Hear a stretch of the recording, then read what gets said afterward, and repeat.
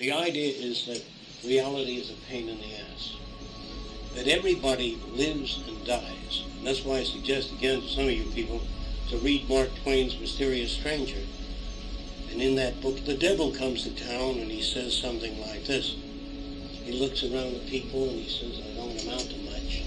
You don't add up anything. Life is nothing. And these kids say to Satan, look at that poor old lady over there. She's suffering. Can you do anything for her? He says, yes, I can. In a very nice way. And the old lady comes out of her house and lightning hits the tree and it falls over and crushes the old lady. And they said, we didn't want you to kill her. We want you to help her.